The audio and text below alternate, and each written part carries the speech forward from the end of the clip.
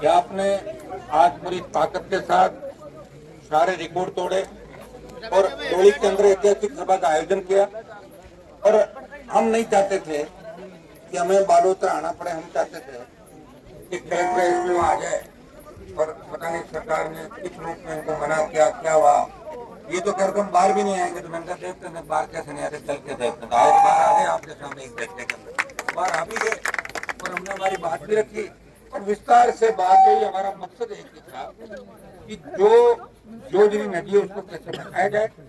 तो रासायनिक फैक्ट्रियों का गंदा पानी आता है लूनी इलाके से, बोरा नाला से, या 60-70 गाँव के बच्चों को राहत कैसे मिले, महिलाओं को राहत कैसे मिले, उस गंदे पानी की निकासी कैसे हो, उस पानी को सुखा के नया जो गंदा पानी आ रहा फैक्ट्री को उनको रोकने को फैक्ट्री बंद हो।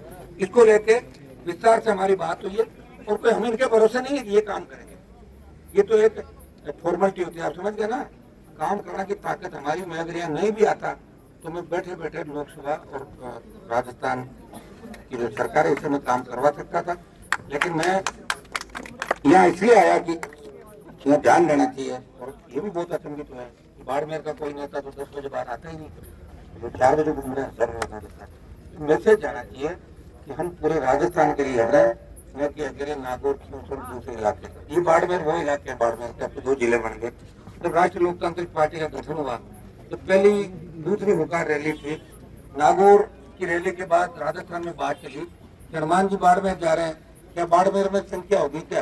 तो बाड़मेर की रैली में 7 लाख लोग आए। तो देश में मैसेज गया कि नागौर से ज्यादा ताकतवर बाड़मेर जिला राष्ट्रीय लोकतांत्रिक पार्टी के लिए। और भाइयों 18-23 और उससे पहले और बाद भी लगातार आपने देखा कि चाहे जयपुर में आंदोलन हो, चाहे दूसरे हो, चाहे पेपर लीक हो, ऐसा ही पड़ती हो, कहीं अपराध हुआ, कहीं दूसरा हुआ, एक आवाज पे बाड़मेर के नौजवान सर्व समाज हजारों की तादाद में हनुमान बेनीवाल को आशीर्वाद दिया था। अगर मेरी कोई ताकत है तो आप लोग हो। सरकार कतई नहीं चाहती, भजनलाल कतई नहीं चाहते हनुमान बेनीवाल की ताकत बढ़े, लेकिन आप लोगों ने ट्विटर पे एक अभियान चलाया, भजनलाल हटाओ राजस्थान बचाओ, और 24 घंटे में भजनलाल को ठंडा कर दिया आपने। 20 लाख ट्वीट हुए और शेडो बैन कराना था तो 6 लाख को सरकार डर गई। तो पहली बार किसी मुख्यमंत्री के खिलाफ ऐसा करा कि सीएम को हटाओ, और वर्ल्ड में 8वें नंबर पर ट्रेंड हुआ। भाइयों दुर्भाग्य इस बात का राजस्थान अधिकारी सरकार चला रहे हैं। तो आपने देख लिया होगा सरकार कौन चला रहा है। मंत्रियों की औकात नहीं राजस्थान में, देखा मैंने मंत्री। हाँ, मंत्री दूसरा काम करें, दलाली वाला और व्हाइट हाउस वाला, जो तीसरा काम है ना, तो मंत्री बेचारे अपनी सेवा पूरी दे रहे हैं, सेवाएं दे रहे हैं, काम भी कर रहे हैं, अपना दिया पांचा करके अपना काम चला रहे हैं। लेकिन असलियत के अंदर जो इस राजस्थान को कोई चला रहा है वो अधिकारी राजस्थान को चला रहे हैं। चाहे शेखर अग्रवाल को ले लो, चाहे दूसरों को ले लो, जो कहते हैं सीएम को वही फाइनल है। ये आपने देखा होगा, लेकिन लंबा नहीं चलेगा, आप चिंता नहीं करें, वो वक्त भी जल्दी आएगा जो आप लोग सोच रहे हो। जल्दी मुक्ति मिलेगी राजस्थान को। पहले भी बहुत से लोगों को मिली, अभी तो कुछ भी नहीं। वसुंधरा का समय तो आपने देखा कितना बड़ा जलवा था वसुंधरा का। जब वसुंधरा राजे को 7 समुद्र पार कर दिया, ये तो भजनलाल है, पता भी नहीं लगेगा कब गए कैसे विस्फोट है। धनखड़ साहब को पता चलो कहाँ चले गए। तो ये तो सरकारों में ऐसा नहीं है कि बहुत कुछ खास है, दिल्ली वाले सबका आशीर्वाद तो पता ही नहीं है, 5 में बैठे लोगों को पता नहीं कब क्या होता। और निश्चित रूप से राजस्थान की जनता का पाप इस सरकार को लगेगा। कांग्रेस के पाप में जो पर्दा डाला इन लोगों ने वो पूरा देश देख रहा है। और भजनलाल का ये बयान कि कांग्रेस के लोग तो अंधेरे में मेरे से मिलकर मैं उनकी मदद करता हूँ, इससे आप अंदाज लगा सकते हो। और यही कारण था कांग्रेस के उपचुनाव के अंदर भजनलाल की मदद की और 4-5 सीटें भारतीय जनता पार्टी की आई। तो कांग्रेस बीजेपी एक हो गई थी, तो आपने देखा होगा सारा। इसलिए भाइयों उठो, अपनी ताकत को पहचानो। अगर आप चाहते हो कि आपको कलेक्ट्रेट के बाद धरने नहीं देने पड़े, आपको सड़कों पर नहीं बैठना पड़े, तो अपने मन मर्जी की सरकार बना लो। आपके घर घर घूमेंगे कलेक्ट्रेट की, आपको इस तरह नहीं लगेगा कि हमें जा रहे हैं। ये तो मैं था, कुछ भी कर दिया, बाहर भी बुला लिया, दूसरा नेता है राजस्थान के अंदर इस तरह कुछ चला जाए, नहीं है ना। तो इसलिए अपने इस व्यक्ति को मजबूत करो, ताकत दो जो आपके काम आएगी। और ये आज इस देश के अंदर जो नहीं डर के अपनी बात इस पार्लियामेंट के अंदर मजबूती के साथ कह सकता है, तो नागौर का सांसद आप सबके लिए बात करता है, प्रयास करता है, सर्व समाज के लिए करता है।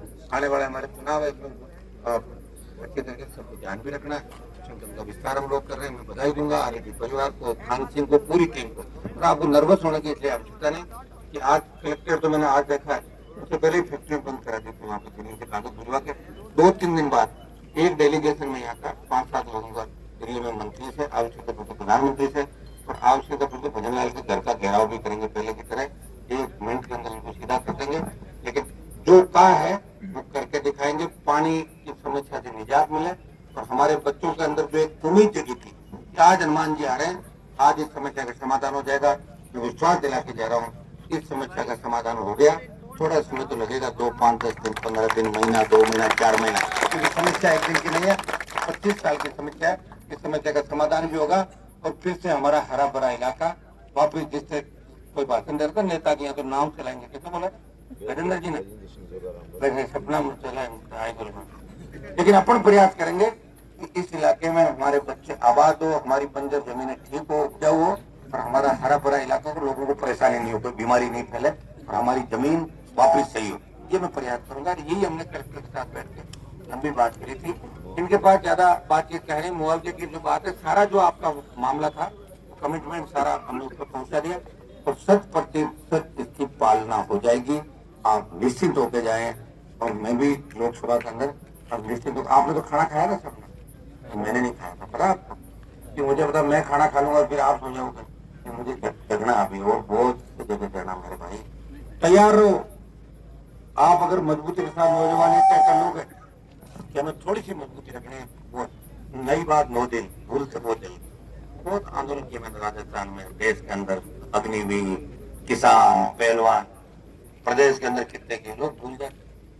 चुनाव के समय कांग्रेस बीजेपी 2 चीज नजर आती। जिस दिन आप सोच लोगे कि हमारे दुख और सुख में कौन खड़ा था, आज विपक्ष में कौन है, कांग्रेस पार्टी। कितने विधायक के 2nd नंबर किस पार्टी के, कांग्रेस के। क्या कांग्रेस को लड़ता हुआ देखते हो आप? नहीं करते। कांग्रेस के नेताओं को लड़ने की जरूरत नहीं है, उनको पता है राज अपना आप आ रहा, क्यों लड़े हम, 3-4 महीने पहले आ जाएंगे, थोड़े थोड़े कदम पहन के निकल पड़ेंगे, लोग वोट डाल देंगे। ये होगा कि नहीं होगा? लेकिन अब नहीं होगा, नहीं होगा ना। अब आरएलपी को मजबूत करोगे आप लोग, आप तो कर ही रहे, तो इस बार करोगे, ठीक होगा। और ये बहुत बड़ी आपकी जीत हुई, जीत इतनी थी, वो करे बाहर नहीं आएंगे, मैंने कहा कैसे नहीं आएंगे, आ गए ना बाहर, तो लेने के लिए आप पधारो, यही होता, यही जीत होती। और कोई इनसे हमारे काम नहीं पड़ेंगे, इनके भाई को दूसरे आएंगे, कोई तीसरे आएंगे, कोई पट्टा किसी का नहीं है, ये लंबे समय तक हो रह जाएगा। बहुत बहुत आपको धन्यवाद, जय हिंद। सब अपने अपने घरों की तरफ 40 की स्पीड से अभी आते हुए गाड़ी पलटी खा जाती, पता है तुम्हारे को, कि कोई ऐसी हरकत नहीं करे। साथ वाले बच्चों को भी कहना चाहूंगा कि ज्यादा डेमो देने की आवश्यकता नहीं, ये एक दूसरे को कट मार के आप लोग, ठीक है, एक दूसरे का ध्यान रखना, तभी मेरा ध्यान रहेगा, तभी राजस्थान का ध्यान रहेगा। प्रत्येक व्यक्ति ड्यूटी। बोले महाराज की